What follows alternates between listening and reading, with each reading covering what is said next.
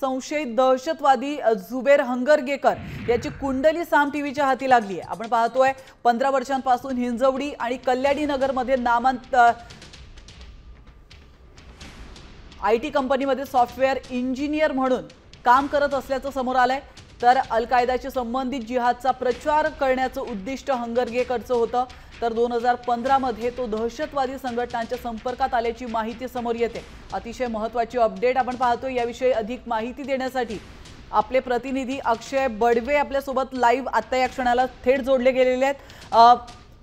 अक्षय, आपण पाहतोय हंगरगेकर विरोधात विषयी अतिशय महत्त्वाची अपडेट समोर येते, काय अधिक माहिती मिळते?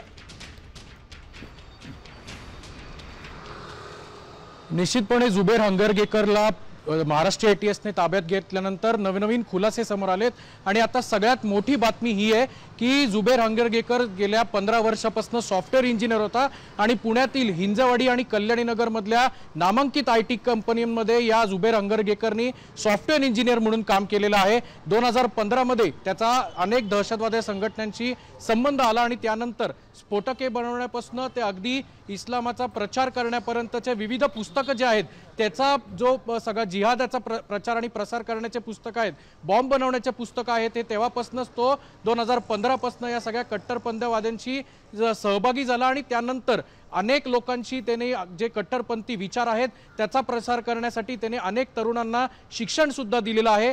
सोलापूरमधल्या एका शाळेतलं त्यांनी शिक्षण घेतलं आणि त्यानंतर बी म्हणजे बॅचलर इन इंजिनिअरिंग त्याचा कोर्स झालेला आणि त्यानंतर अतिशय हुशार असलेल्या हंगरगेकरनी दहशतवाद्यांचे जे पाठिंबा देण्यासारखे जे अनेक टेलिग्रामवरचे पेजेस आहेत त्यांना सुद्धा फॉलो केलं आणि त्याच्या माध्यमातून अनेक तरुणांपर्यंत हंगरगेकर पोहोचलेला आहे। त्यामुळे अतिशय महत्त्वाची बातमी म्हणावी लागेल की पुण्यातल्या 2 भाग आहेत, हिंजवाडी आणि कल्याणी नगर, अशा ठिकाणच्या असलेल्या 2 नामांकित आयटी कंपन्या। नक्कीच, धन्यवाद अक्षय तुम्ही दिलेल्या महत्त्वपूर्ण माहितीबद्दल।